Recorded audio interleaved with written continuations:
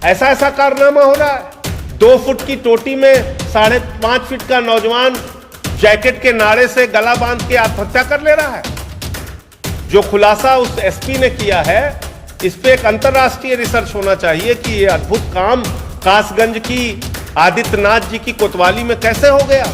इस पूरे मसले पर अल्ताफ के परिवार को 1 करोड़ का मुआवजा, नौकरी दी जाए और इस पूरे मामले की सीबीआई से जांच कराई जाए।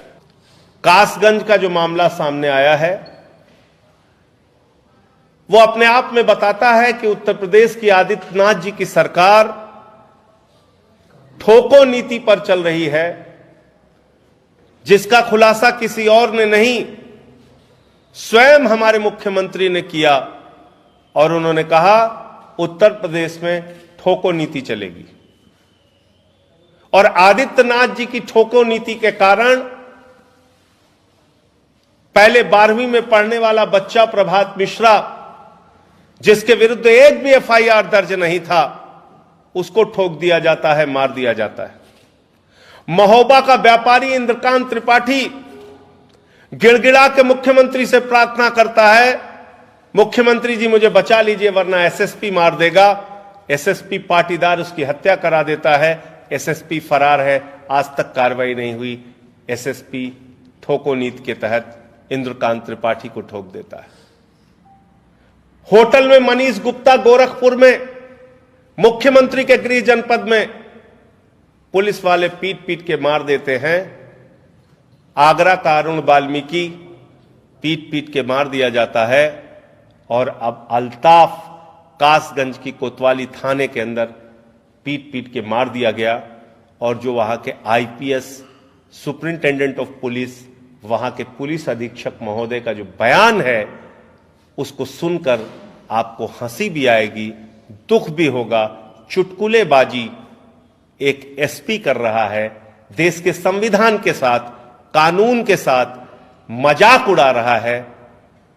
और मैं बार बार कहता हूं, फिर दोहरा रहा हूं, यह देश किसी मोदी और योगी के फरमान से नहीं चलेगा। यह देश चलेगा तो बाबा साहब के संविधान से चलेगा। यह अल्ताफ की हत्या नहीं की गई है, कानून की हत्या की गई है, संविधान की हत्या की गई है। एसपी की दलील क्या है?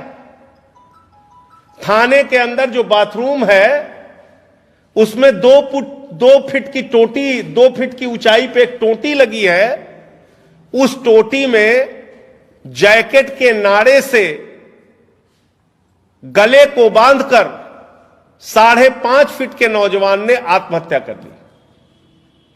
इस पे अंतर्राष्ट्रीय रिसर्च होना चाहिए। जो खुलासा उस एसपी ने किया है, इस पे एक अंतर्राष्ट्रीय रिसर्च होना चाहिए कि यह अद्भुत काम कासगंज की आदित्यनाथ जी की कोतवाली में कैसे हो गया। ऐसा ऐसा कारनामा हो रहा है। 2 फुट की टोटी में 5.5 फीट का नौजवान जैकेट के नारे से गला बांध के आत्महत्या कर ले रहा है। बड़ा अद्भुत खेल हो रहा है, बड़ा आश्चर्यजनक खेल हो रहा है। और आपको जानकारी देना चाहता हूं मैं, इस बात को गंभीरता से लें हमारे मीडिया के मित्र भी। उत्तर प्रदेश कस्टोडियल डेथ के मामले में देश का नंबर 1 का राज्य है। पिछले 3 साल में 1318 लोगों की कस्टोडियल डेथ हुई है। शर्म आती है हम ऐसे प्रदेश में, ऐसी कानून व्यवस्था के बीच में रह रहे हैं जहां पे 1318 लोगों की कस्टडी में डेथ कर दी गई, कस्टडी में उनकी हत्या कर दी गई। पूरे देश में नंबर 1, 1318 लोगों की हत्या कस्टडी में उत्तर प्रदेश के अंदर आदित्यनाथ जी के राज में की गई। ये इनकाउंटर के अतिरिक्त मैं बता रहा हूं, जो इनकाउंटर करके ठोक दिया वो अलग। तो आज पूरा प्रदेश और देश आदित्यनाथ जी से सवाल पूछ रहा है कि आप तो कानून व्यवस्था बनाने के लिए आए थे, लेकिन आपकी खाकी वर्दी खुद से कानून की धज्जियां उड़ा रही है, कानून को रौंद रही है और स्वयं हत्याएं कर रही है। इस पर क्या कार्रवाई होगी। जब तक एसपी पे कार्रवाई नहीं होती, बड़े अधिकारियों पे कार्रवाई नहीं होती, तब तक इन छोटे अधिकारियों पर कार्रवाई करके खाना पूर्ति आप करते रहेंगे, वो लोग कानून का मजाक उड़ाते रहेंगे। इस पूरे मसले पर अल्ताफ के परिवार को 1 करोड़ का मुआवजा, नौकरी दी जाए और इस पूरे मामले की सीबीआई से जांच कराई जाए, ऐसी आम आदमी पार्टी की मांग है। एक तरफ अल्ताफ है, मनीष गुप्ता है, इंद्रकांत त्रिपाठी हैं, प्रभात मिश्रा है, जिसको पुलिस वाले अपनी गोली का शिकार बनाते हैं, लाठियों से पीट पीट के मार देते हैं। अरुण वाल्मीकि हैं, लाठियों से पीट पीट के मार देते हैं। और दूसरी तरफ उत्तर प्रदेश में मंत्री का बेटा है, जो मंत्री की गाड़ी से किसानों को कुचल कर कीड़े मकोड़ों की तरह मार देता है, उसको पूरी सरकार आदित्यनाथ जी की बचाने में लगी हुई है। तो आदित्यनाथ सरकार का एक ही नारा है कि ये सरकार हत्यारों के साथ खड़ी होगी, ये सरकार गुंडे और अपराधियों के साथ खड़ी होगी, वो चाहे मंत्री का बेटा हो, चाहे पुलिस का अधिकारी हो। तो ये बात भी आपसे करनी थी। आप लोगों के कोई सवाल हो तो आप पूछ सकते हैं।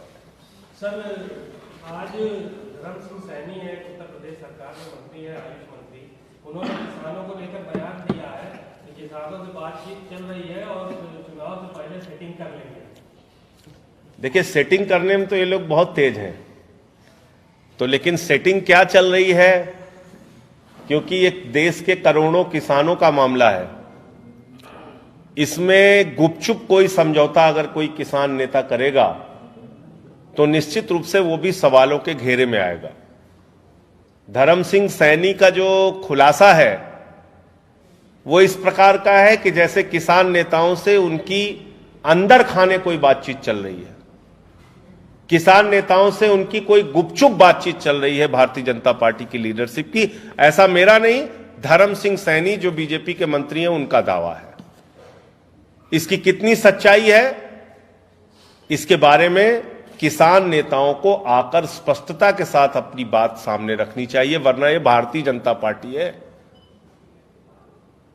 यह अंग्रेजों की नीति पर चलने वाली पार्टी है, बांटो और राज करो की नीति पर चलने वाली पार्टी है।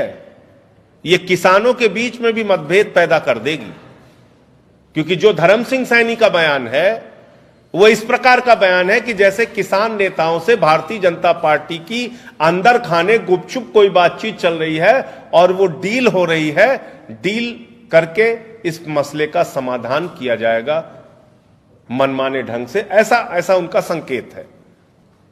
तो इसमें निश्चित रूप से जो किसान नेता हैं उनको आके अपना मत सामने रखना चाहिए, वरना देश के करोड़ों किसानों के बीच में एक गलतफहमी पैदा होगी और भारतीय जनता पार्टी इस गलतफहमी को बढ़ावा देने में अपनी पूरी भूमिका निभाएगी, क्योंकि उसकी शुरुआत धर्म सिंह सैनी के बयान से हो गई है। खबरों में बने रहने के लिए फोरम 4 को सब्सक्राइब करें और नोटिफिकेशन पाने के लिए बेल आइकन दबाएं।